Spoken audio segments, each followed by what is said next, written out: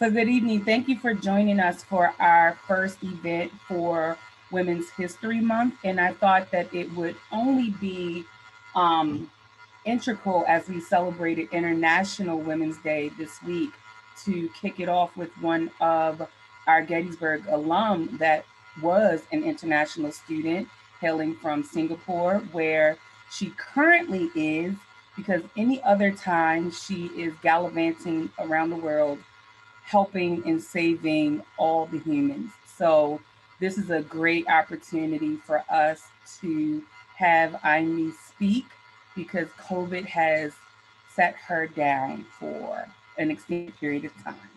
So Aimee George, a Singaporean, majored in political science and global studies with minors in peace and justice studies and philosophy. Her experiences in working with refugees in protracted conflict settings led her to pursue a master's in international peace studies at the University of Notre Dame's Knox Institute. Aimee continues to pursue interests kindled during her Gettysburg years, commitments to equity, social justice, and peace building within the professional realms of international development and humanitarian aid, serving with civil society and non-governmental organizations around the world. And when I asked Aimee earlier this evening how many places she lived since graduating in 2009, the countries were six, I think six in total. So hopefully she will share with you all each of those countries and some amazing stories. So without further ado, Aimee, this is your show. Thank you so much, Monique, and the most kind introduction. I don't know about show, but I hope it's at some point a discussion. Good evening, everyone. Thanks so much for taking the time to be with me. I hope you have a snack or a meal in front of you, at least to unwind a little bit.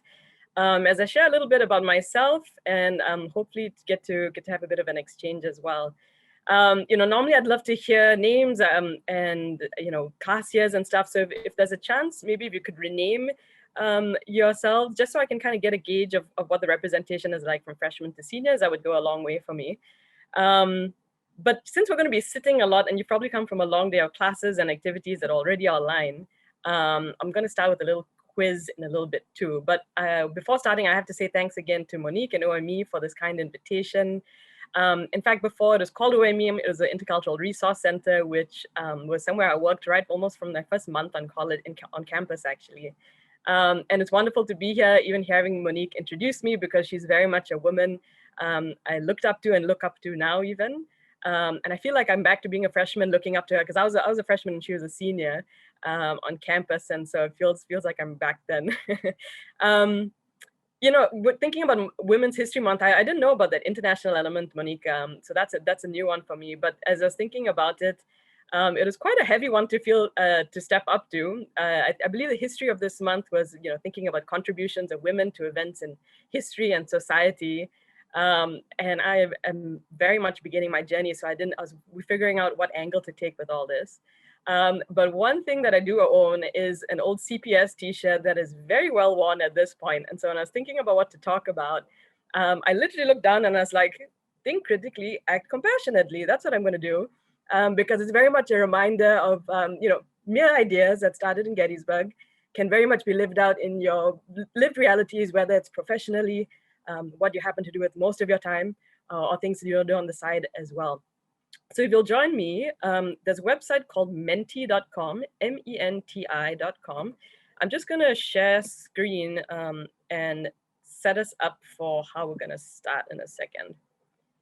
So Monique, if you can let me know, is it showing up on screen? Okay, I think you see a thumbs up. So you'll see what the link is up there as well in the headline, menti.com, and it'll ask you for an 8-digit code.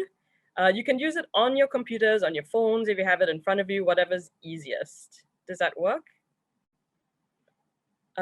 Once people log on at the bottom right, I'll start seeing numbers of folks who've logged in. Are folks able to log in any chance? Okay, I see a thumbs up. Is it giving that prompt?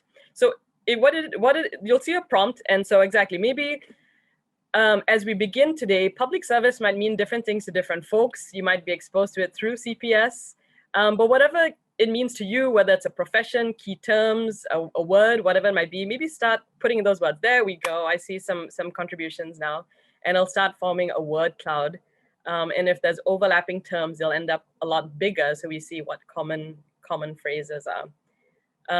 So I'm going to start saying things that pop out to me. So things like helping, service learning, compassion, equality, mutual aid, generosity, empathy, super interaction. I like that. I'll give it just a couple more minutes. There's 17 of you on there, so hopefully it'll reveal itself. Helping, that comes up. Compassion, community, very nice. Serving. What's new ones I might spot? Working for others, mutual aid, being selfless. All right, it can probably keep forming, so I'm going to leave that at there. And so I think we're all on the same page then. You know, look at the ones that are popping up a lot bigger. Again, really obvious: helping, community, serving, compassion. I think those are the fundamentals that CPS has probably well taught y'all. But also maybe interests of yours are things, it might even be aspirational, things you hope to be doing or want to be part of. So that's a helpful kind of a gauge of what all of you are thinking as you enter into today's time together. Now I'll send on to the next question. Are you getting a prompt for the next one? All right.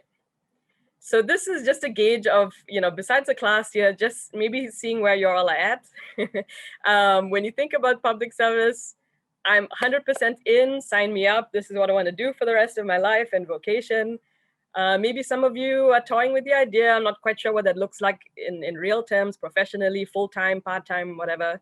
And if somebody was like, nope, not at all, but maybe persuade me. I'm glad there's a 0 there. That's kind of cool. There's 25 of you online, so let's see. Okay, that looks about everywhere. Okay, so we're around 100% sign me up and toying with the idea. So I like that very much. If you'll give me a quick second, I'm gonna have to switch computers really quickly if you don't mind.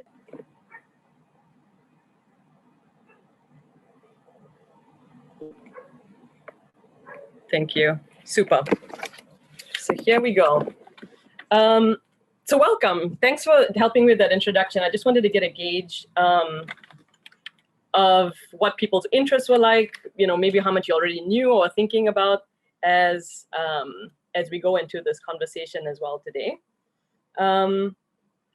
As we're looking at this picture, I'm actually taking you to Afghanistan.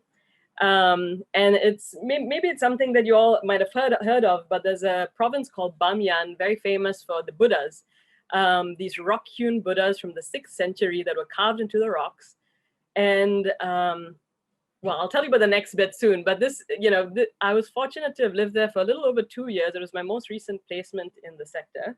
And oh, I just realized my video was off.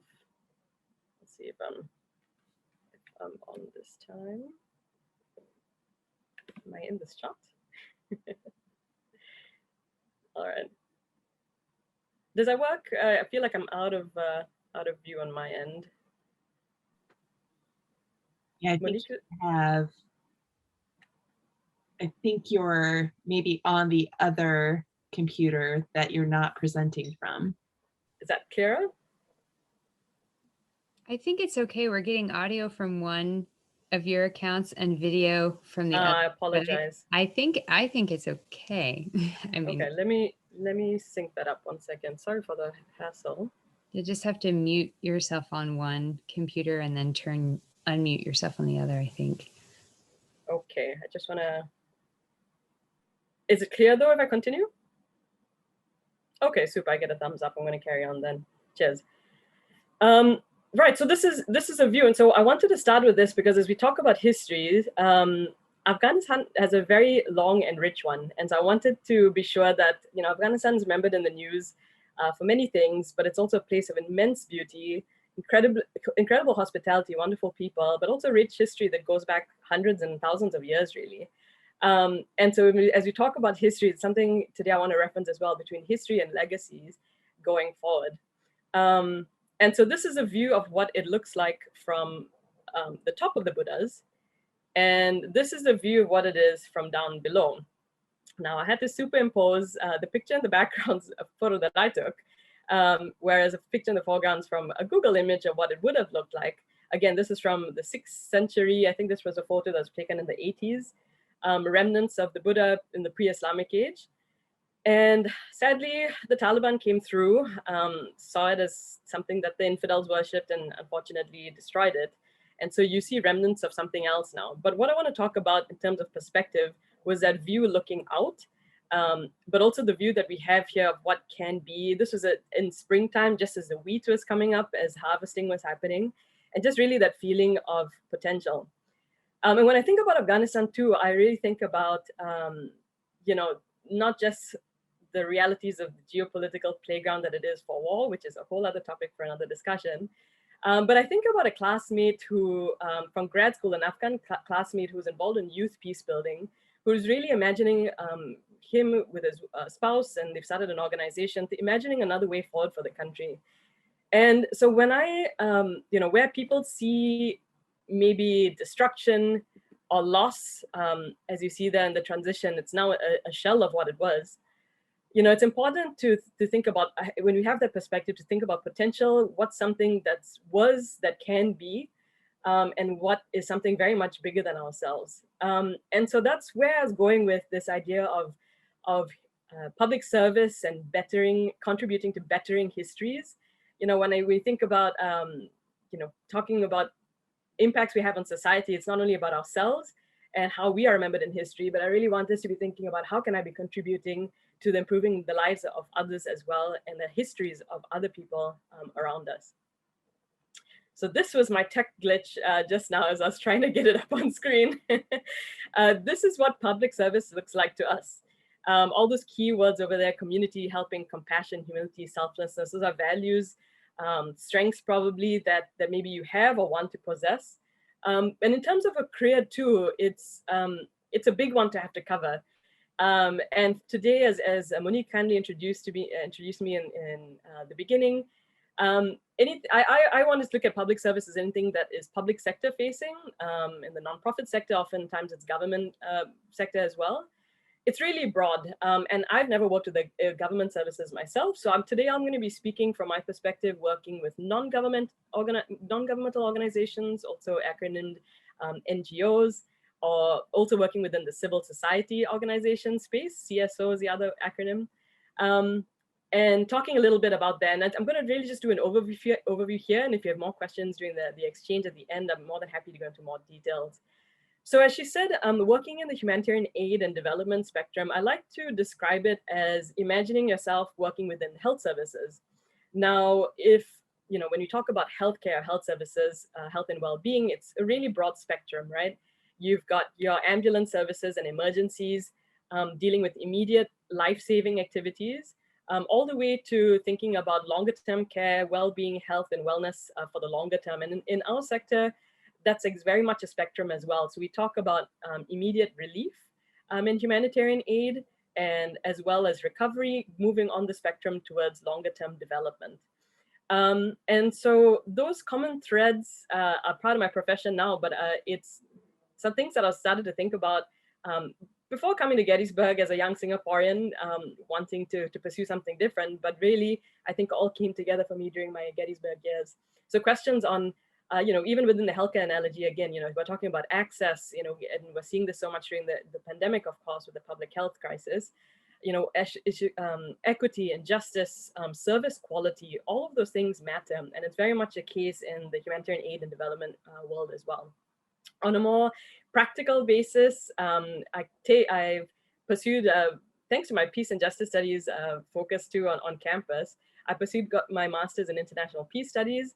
And so with that lens, very much to the work that I do as an art and the science, we say, I'm very much in project management at the moment. So if some of you might be from CPS as coordinators, or really so many of the office roles that you are in as well, it's managing projects and teams and budgets, ultimately in a way that not only helps people, but make sure that you're not exacerbating problems going forward. And for me, I have a particular heart and interest working with refugee communities. And it actually started in Gettysburg. I'll get into that a little bit later. Working in protracted conflicts and the nexus within the three. So from humanitarian to development to peace building and bringing those things together. So even within the NGO sector, it has its own principles. A lot of them are actually organizational. We'll see them in this word cloud that you have here. And one of them is really to make sure that it's need-based. We call it the human imperative to make sure that we meet the greatest needs.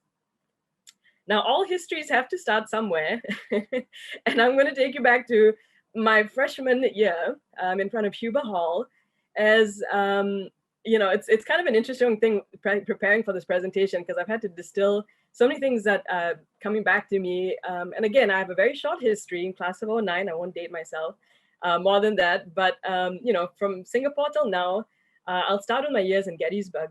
You heard about my majors and minors.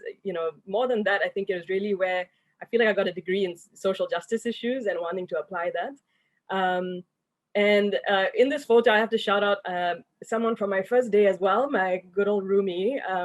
Can't quite tell if she's on the call, but you might recognize her as one of the health sciences professors on campus, Dr. Megan Benka-Koka.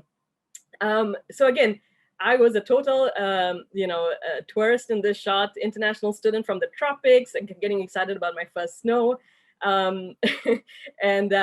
Gettysburg laid the foundations for my professional path. And I share this because we all have that same first day on campus, right? Figuring out what we want to do, what our interests are, what our interests aren't.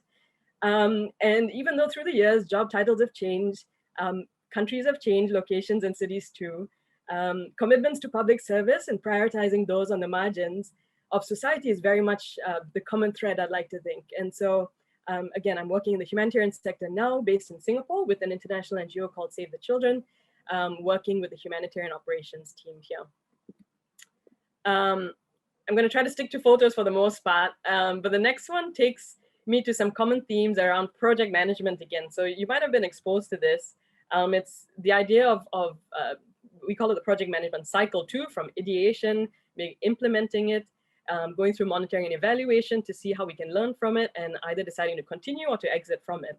So I share these two photos here because of really formative experiences. My first project management opportunities actually came on campus. It was sophomore year. We had an opportunity for a $10,000 grant for a project for peace, it was called. A friend and I was a sophomore, Leah was a senior working at the Bullet Hole, and we were talking about how it's crazy how so much food on campus goes to waste. At the same time, there was a great speaker on campus, Robert Egger with the DC Central Kitchens. I think that's still one of the programs that we volunteer at, who was a really inspirational speaker who got us thinking about, how can we be resurfacing so many of these things that go to waste. At the same time, Luisa Polos, who was working with CPS, we got connected there. And she was thinking about those same things as well on campus and was trying to drive this forward. And so CPS connected us idea. We applied for a grant. Caroline Hartzell, I think, helped us read through the grant.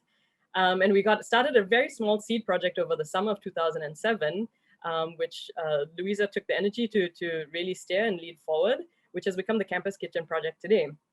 And so it's amazing how little small connections and ideas I think it was at the time the first campus kitchen in Pennsylvania, and it's grown into incredible things that all of the energies on campus have continued. Then the picture on the right is me in South Africa. When I was a junior, I did my semester abroad there.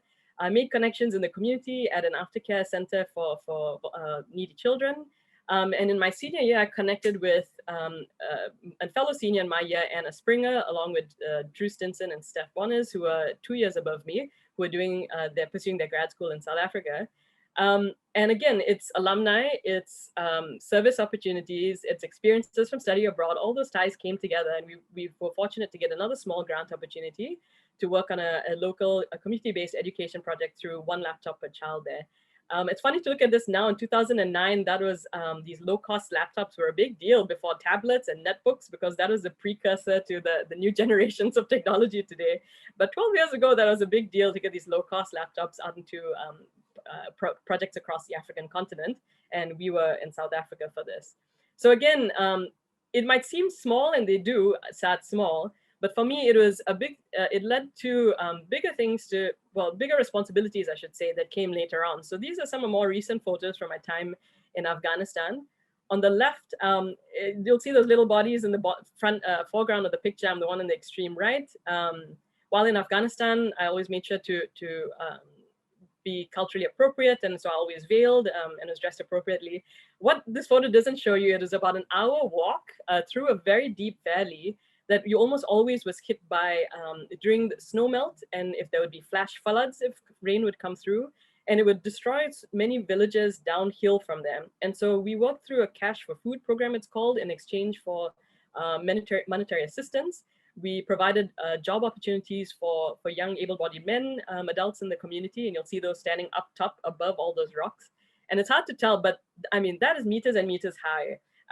And brick by, not even brick, hand-carried rock by hand-carried rock, they build these are called catch dams, so that as water comes flowing so quickly and rushing through the valleys, it catches it and then slowly flows off and levels down, so that the villages that are further down the valley don't get washed out, which is a very common issue in that part of the world. And really in Asia, it's part of the work I'm doing now with disaster response, is 70% of disasters around the world are rapid onset and also seasonal disasters. And so this is one of our protections that we're doing to make sure communities were taken care of in the long term. So that's a picture on the left. On the right, a lot of community-based work is about meeting people, making sure there's community acceptance, and always community-led initiatives. This is with a group of women.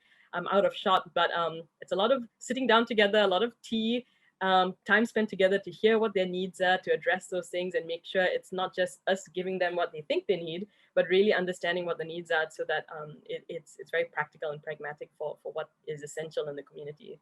So again, I wanted to draw those links about, small things, small ideas are very much part of what I do now, which is overseeing projects.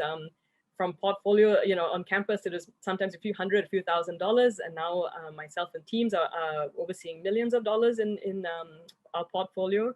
But most of all, the heart of it, collaborating with teams and alongside communities to solve the needs that they have there.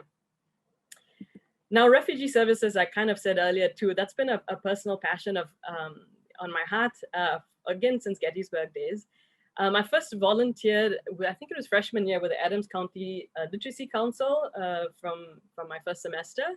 And I was working with different migrant communities, but I think it was my junior year, I was linked up with a lady, a wonderful woman who was a refugee from Ethiopia. And right in my backyard of Gettysburg, I was getting, as in an exchange of English, the stories came out over wonderful meals often, and just hearing about her realities, it really struck me. And so I show you the picture on the left here of our senior year. Friends and I, we initiated or rekindled the Peace Club when I was on campus in 2005. I think it's waxed and waned, and I think it's incredible. I believe Peace and Justice Studies now, I think, is one of the larger minors on campus, I heard, which is just really encouraging. And so in this wonderful weeks of this April, springtime, we would hold an annual Peace Week, and I think that's continuing as well. And so it's hard to tell a little bit here in this photo, but in the background, there are tents. And so we organized something called Tent City, where the idea was kind of reflecting the realities of displaced communities, those without long-term housing and homes, living out there. So we camped out there for a few nights on Stein Lake, and with different talks and things like that, and just kind of exposing us to the refugee realities as well.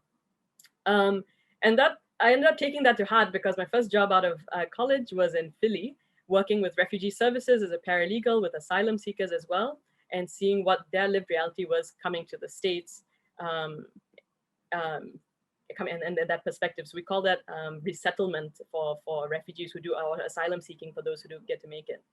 The picture on the right is from a season I was living in on the Thai-Burma border. And so I actually, for a year, was fortunate to have the experience to live in a refugee camp.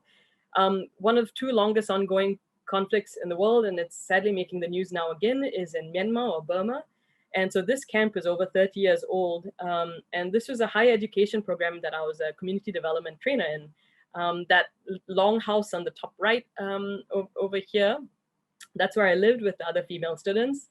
And we were fortunate, at least in the tropics, we got regular rain. So that was our source of water and meeting our essential needs. And those were other rooms below us, some of the classroom spaces that we would use for teaching. And so I share these photos because never would I have thought as a senior, doing tent city on campus on Stein Lake, that I'd have the unique opportunity to actually get to live in a camp. And even though it would never be the full realities of what someone has to go through, it really exposed me to what the challenges and the lived realities for folks who are living this in a protracted way. Because some of my students in their early 20s had spent their entire lives in a refugee camp, and to hear those personal stories was really moving. So again, I share these to say, use your year. Your years will go by quickly, I'll say 4 years, but it's a chance to be exposed and to challenge yourself to things that you might not be even thinking about then. The other common mention again is with peace building. It was an interest that became a minor on campus, but it ended up becoming a professional pursuit with my master's in international peace studies. And so again, with colleagues, we brought these tour, it was a traveling bus that was called the Wheels of Justice tour. And it was war veterans, American war veterans in Iraq, Afghanistan, and Palestine, raising issues on ongoing conflicts, especially where US was involved. And so that again really opened my eyes. And some years later in 2005, as part of my practicum with my master's study, I was able to go to Palestine and see the peace building activities amidst the occupation there between Israeli and Palestinian peace builders as well. So again, I just wanted to connect that, I was that freshman on campus and kind of stepping forward sometime later, being able to connect those dots are really exciting as well. Now, as I move along again to this idea of history, Women's History Month, allow me to share some of this. I know my history isn't that long, and so maybe some of it is theoretical, but it's at least from a lived experience thus far. I think something this year has taught us is that nothing is linear. As all of you are doing online classes, as we're trying to not only survive but thrive through this pandemic, we might have thought that our paths or careers might end up in a very linear function, just continuous exponential increase. But I think life has shown us that it's a lot more like this, actually. I was listening to a podcast recently called The Squiggly Career. It's called Ditch the Ladder, Discover Opportunity, something along those lines. And it's exactly that. That's pretty much what it's gonna look like. I mean, I'd probably open the floor to the most wise person on the call in years, most wise in years. They can probably vouch for that. But as I was thinking about this concept of history, again, it's nonlinear. It's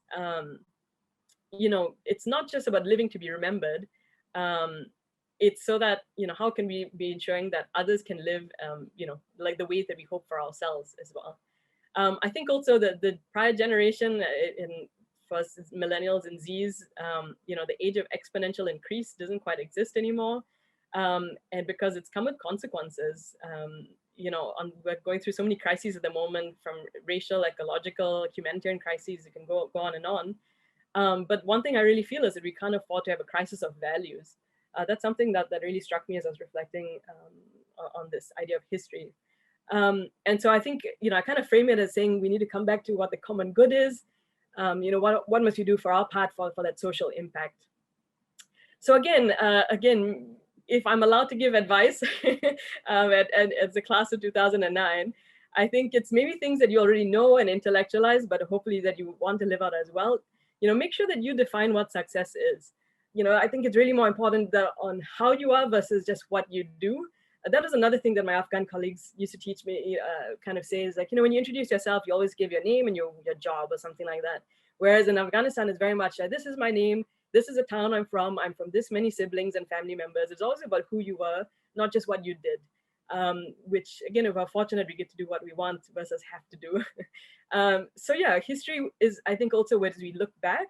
But I like this idea of legacy because it's not just about stuff, but it's about what we're paying forward as well. So to not just looking back, but what we're paying forward. So yeah, use these years on campus to find out what you like, what you don't like. it's within the safe confines of campus. And so, you know, explore your values and your strengths, find out what you're good at, all those things that you put in that little word bubble at the beginning. And I think also for a life in public service professionally too, it's really important that you fill your tank. And that tank can mean many things to any of us, whether it's where you get your energy from, investing in your friends, your relationships, faith for some, and that's for me as well. You know, those are the things that will help you for longevity for this kind of work, I think. So kind of moving to maybe some of thinking, if you're thinking about skills, maybe to advance, if you're like, okay, I can't, you know, I think 2/3 of you said, I'm toying with the idea, you know, what might it be like? I haven't quite decided, maybe something on the side. These are some of the things, at least in my early career, that have been really pivotal for me about going forward. And so it starts there. Critical thinking, you know, that's what we go to school for, not just for the piece of paper at the end, but to be thinking, you know, so much of what we're being exposed to is oftentimes about unlearning what we thought we knew, having to take the time to relearn those concepts, and ultimately to create together a synergy for ways forward, right? For that social compact, for the greater good we were talking about. I think some of it does take courage. Not just to, you know, it sounds very dramatic, the places that I've lived when it's kind of explained, but I always say it takes more courage to challenge the status quo, to, you know, push against the inequalities that are so entrenched and seems like, oh, it's never going to change, it's just the way it is. Yeah, I think that's where the energy needs to come from to be able to pursue things for the long haul. The nonprofit sector, the public sector, some people would even call it an industry. And depending on who that is, I think it's really important that we're careful that as we are in a career of service, it's not only something that's transactional, something that I have, you don't have, so I'm going to give it to you. A lot of those dynamics entail power as well, power and privilege.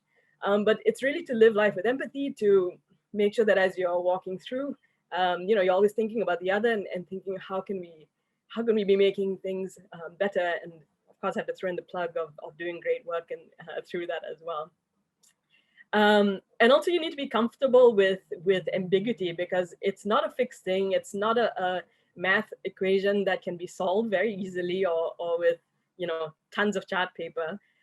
Working with people means it's complex and you're working through structures and systems, but being comfortable with that and trying to problem solve and find good ways forward, it makes us who we are as people. And I think that's going to be really important, you know, common threads that will carry you through the different work that you do. So again, you know, making sure that it's for the long-term strategy is really important.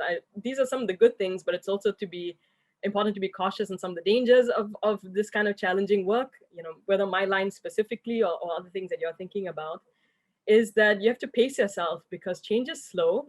And I think, of course, a famous quote that says, you know, the arc, the moral universe bends towards justice. And so we are trusting that bend is coming and it's around the corner. But also, yeah, you have to pace ourselves for that reason. Yeah, there's power dynamics involved, and sometimes it feels like very few people are controlling a whole lot. But again, just that courage to challenge the status quo is really important. I think it's really also important to enter with measured expectations, because this ideas of grandeurs and changing things sounds very big, but it actually starts very small, and it's important to pursue that. These are a couple of terms that still I hold on to almost, 15, 16 years later. And there's this idea of scholar activism. It was Professor Janet Powers, some of the folks on the line who might remember. She's the one who introduced this in a philosophy class. And it's the idea that, we have access, we have opportunity as students, as folks receiving a higher ed. But how do we turn that into action so that it's not just, challenging the status quo for the sake of it, but making sure that we're improving things and bettering things as well. So I really like that idea and encourage you to think about how that can be lived out for you. And also, like, as you're getting, part of schooling is to train yourself in good skills. And even in my sector, there are standards and making sure that it's evidence-based, because part of the nonprofit world, the public sector world, is sometimes we think doing good is enough. But oftentimes, if we don't do it well, you end up hurting people. And so it's really important. I listed a couple here, but these are principles and standards that we use in the humanitarian sector as well, on making sure that there's equality and accountability to those who are serving. And this idea of do no harm principle is actually taken from the medical field as well. But when you're trying to help people, you make sure that you're not exacerbating problems and that you're hurting people, even if it's by accident or unintentionally. So there are these principles that you do too. And so regardless of the background, whether you're pursuing it in the hard sciences or the social sciences, whatever it might be in between, you're equipping yourselves with technical skills that you want to be able to use in your public sector as public facing work as well. And that's going to be really important for you. A quote I actually kind of want to end with and challenge us with too is, I think we need to be careful, those of us in kind of these like compassion-based roles too. There's compassion fatigue for sure, but also we need to be careful to not fall into the trap of a savior complex. I'm giving you a quote here from one of my favorite activists, and she's also an author from India, by the name of Arundhati Roy, and she says this, we often think that we're speaking up for others, have this opportunity in this platform, I need to speak up for those who are voiceless. But she says this, and you're reading it in front of you, there's really no such thing as the voiceless. There are only those who are deliberately silenced or the preferably unheard. And it's a really challenging comment to say that. I often cringe when folks say like, oh, Aimee, you're saving the world. And I know it's well-intentioned, and it's kind, and it's meant to encourage, but I think we must be careful that we shouldn't internalize that as well, because that savior complex can lead into dangerous territory as well.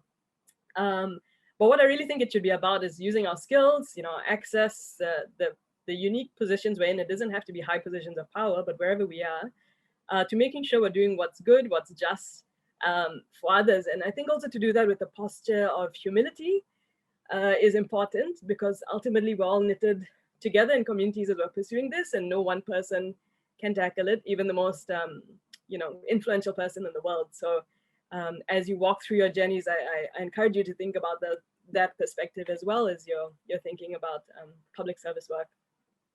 So I'll end there on another last photo from Afghanistan. Again, such a beautiful country, and it's hard to capture in just a few shots. This is my way of, hollering from over here, hello from Singapore, across the mountains. But also as this pandemic world feels like a very giant mountain to climb. And with friends, I call it the hyphen years, because we're in 2020 hyphen until, we're not quite sure when that is. And we hope it's turning the corner. But as we climb through these mountains, there are these mountaintop moments, and there are also the valley moments. But it'll all work out as you pursue the things that you do. And so I encourage you in that. So I'll end here. We've still got about 20 minutes. And so if anyone has any questions, I will try to do my best to answer that as well. Thanks so much. So if we could give you a round of applause, all of us would be standing and cheering, because that was absolutely great. Hashtag humble brag. So we are going to open the floor for questions from the group. If you want to put your question in the chat, we'll be monitoring that, or you can unmute yourself. But I do have a question to start with. I'm working with students and working with parents. A lot of times, we are having conversations with students on how to have conversations with their parents about going into the NGO world, the nonprofit world, working in humanitarian aid. And, you and I, joke about your parents a few times and how they're like, hey, my baby's finally home. How have you navigated that conversation with your parents from, say, oh, I'm going to leave the country and study abroad in America for 4 years, to, sorry, I may not be coming home because I'm going to go to, this other country and do this thing? How did you navigate those conversations with your parents? Yeah, I appreciate the question. I feel like I should knock downstairs and maybe ask him directly. I think the first thing is honesty, right? It's a challenge, and honesty and knowing where we're at and where we'd like to be. So I remember advice from Carl Mattson as well, who started CPS. He said, this is very much long haul work, so make sure you're prepared for it. And so the honesty is also knowing what we can and can't manage. So with the nonprofit sector too, you know, I'm sure you know this, but as its title, you're not in it for the money. You're not in it for pats on backs either. You're in it, I think, for what you believe in. But also, you know, we can't just live on fresh air alone. And so making sure that you temper your expectations, but also pursuing what is manageable. So, you know, that honesty with family, with folks who encourage or might say like kind of line up all the obstacles first as you try to figure out those mountains that you're supposed to get over. But also knowing what's manageable. So I'll be candid, even with Gettysburg and grad school, I was really fortunate to have earned certain scholarships and be able to pay back the debt that I had quickly, because I knew I wanted to pursue this and I couldn't afford to carry that big old sack of loans with me. And so I made sure to pay those off quickly. But also when I was thinking about grad school, I knew for the long haul, I wanted to continue doing this work and I couldn't afford to take on extra debt again. So I very intentionally sought out programs that either had scholarship opportunities or had like a payback system. I know you guys have that in the States with like 10 years of public service, I believe, and loan forgiveness. I hope that's still in existence. But opportunities like that so that it could service where I'm coming from. You know, some of you on the line, maybe you're already taking care of family members, you have your own responsibilities, and the idea of doing this just seems like crazy, or maybe I'll do it later. And that's fine too, you know, it might be later down the line. But honestly, with yourselves, where you're at and where you'd like to be, I think that's really important to be able to go forward. And I mentioned the courage thing too, because, you know, courage doesn't mean you have to go very far. So a lot of the examples I gave was stuff I did on campus. You know, I worked in Philly, I mentioned, in Philadelphia. You know, it's stuff all around us. It doesn't have to be too far away. I say that as I'm back home in Singapore now. And so, yeah, I would say honesty and courage, if I could answer quickly to that question, Monique. Thanks. Thank you. So Ati from the class of 2010, who will also be speaking to students at the end of the month, said, thank you so much for your presentation. What has been your biggest challenge in your field as a woman of color? So interesting you say challenge, because I feel like the first thing that's come to mind is actually, I call it as almost like a superpower. Because, so if you can tell from my face, even if not my name, I'm of Indian heritage. Statistically, we're a sixth of the world, right? We're like 1.5 billion people. I'm not from the country India, I'm from Singapore, but my heritage is there. And so every country I've mentioned, from whether it's South Africa to Palestine to parts of Asia, even Afghanistan, I've always blended in as a person of color. Because I wasn't so intimidating with the kind of preconceptualized notions of again, the savior complex that has come from a kind of colonial mindset as well that's unfortunately lingered.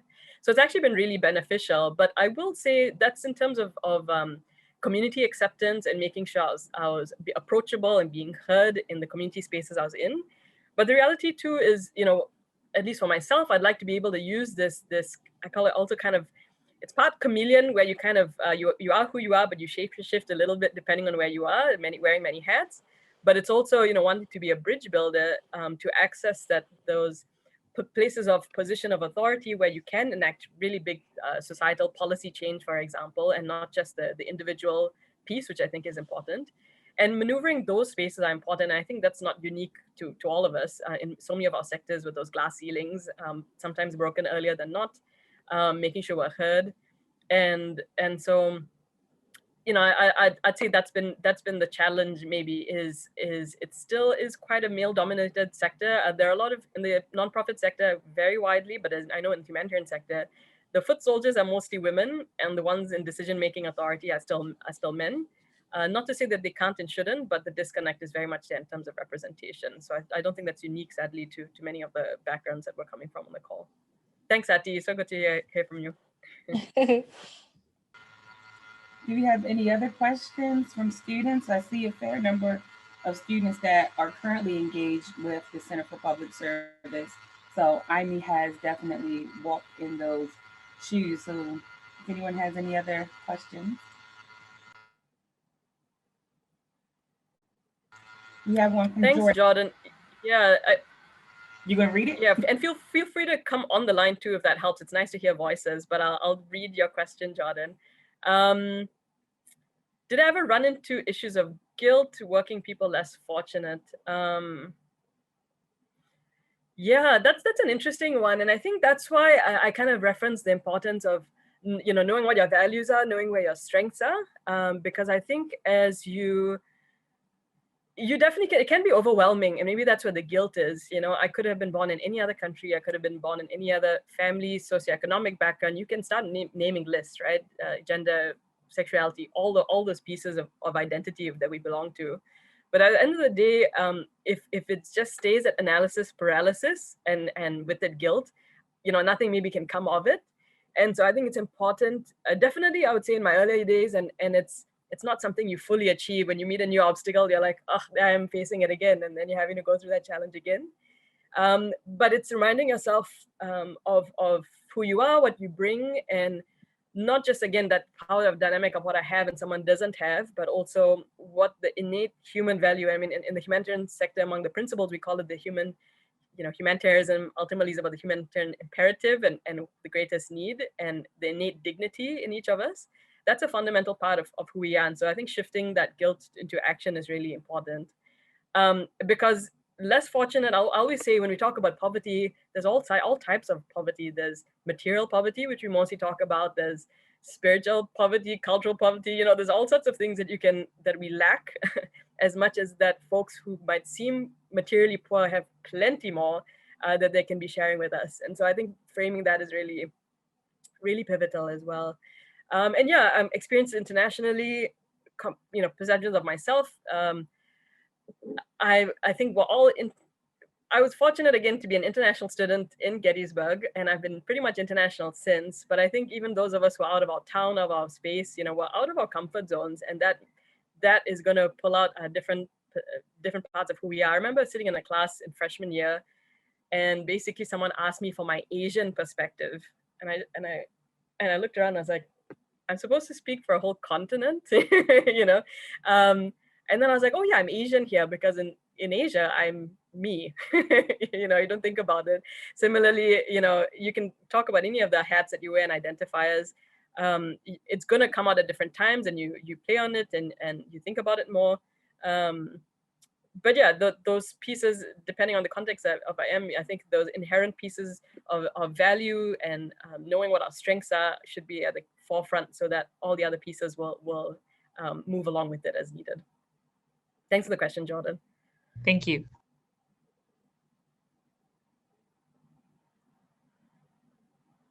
Feel free, anyone else? So thank you first for the talk this evening. I just have a question because you had talked about one, tempering some expectations to a certain degree, but also recognizing that change is slow. So how do you, keeping those two things in perspective, how do you stay the course? How do you not get so frustrated that the change is so slow? That there's the chance that like the work you're doing, the next generation is the one who's going to benefit. Like how do you continue to do what you love to do and what is helping people, even if you don't necessarily see the direct impact right away? For sure. So thanks for the question, Logan. Really good one. I think making sure that, use the analogy you want. I use the one about filling your tank. I've heard it used about fill your ATM, because if you're constantly giving out money and you have none back in there, you're going to be empty right at the end. So use the analogy and picture that you have, but I think it's important to make sure that you take care of your, you know who you are and you take care of yourself too, so that you're able to keep pace, because it's as cliches as it is, it's a marathon and not a quick sprint. And, candidly, it's nice to have echo chambers so that you have friends and colleagues and close ones that you can bounce ideas off and remember to stay the course and stay encouraged. But you also need cognitive diversity to push you sometimes, because you think you're so fixed in a way of what I want to do and not do. Like, no, this is the only way, when actually, oh, I should be exposing myself to cognitive diversity. I heard the phrase recently, and that's a way to think about an issue in a different light, that maybe that's a way to tackle it. But this, I think, is where the soft skills and really, the foundational parts of not just the technical skills and like, I'm going to solve this problem away isn't quite the fix, but that's why I've said, Logan, too, about tempering expectations, knowing that it's a long haul. And actually a poem comes to mind too. I don't want to misquote it, so I'll give you the idea. that, you know, oftentimes where we think we're the ones planting seeds, you know, sometimes we're watering saplings, sometimes it's already a big tree and we're pruning it, you know, so people have been laying seeds from before us, and we're trying to do the same for the whatever's coming up ahead of us. And so I think keeping that in perspective is really important too.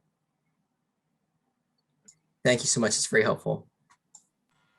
We have time for one more question. Anyone want to unmute and ask or put it in the chat?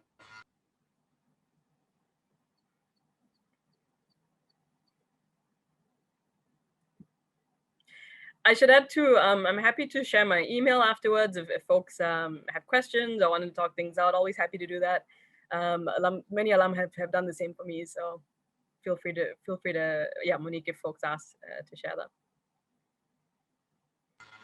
Yeah, what I tend to do is once we get the recording edited and have closed caption added, I'll send it out for people, especially those that have registered. So once this is over with, I'll have the list of participants and I can send out the email. Great, thanks so much.